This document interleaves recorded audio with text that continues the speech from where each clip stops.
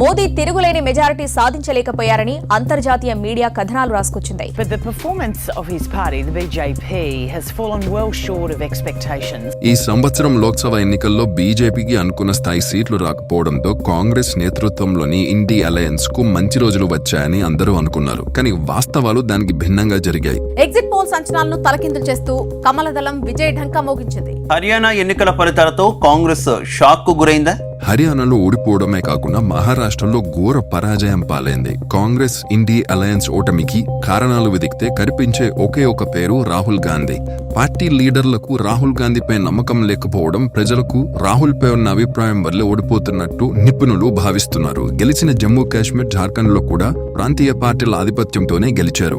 సరైన opposition leader లేకపోవడం ఇండి alliance కే కాదు దేశానికి నష్టం. కాబట్టి ఇండి కూటమి ఇప్పటికైనా మేలుకొని దేశం కోసం పనిచేసే నాయకుడిని నియమించడం ఎంతో అవసరం.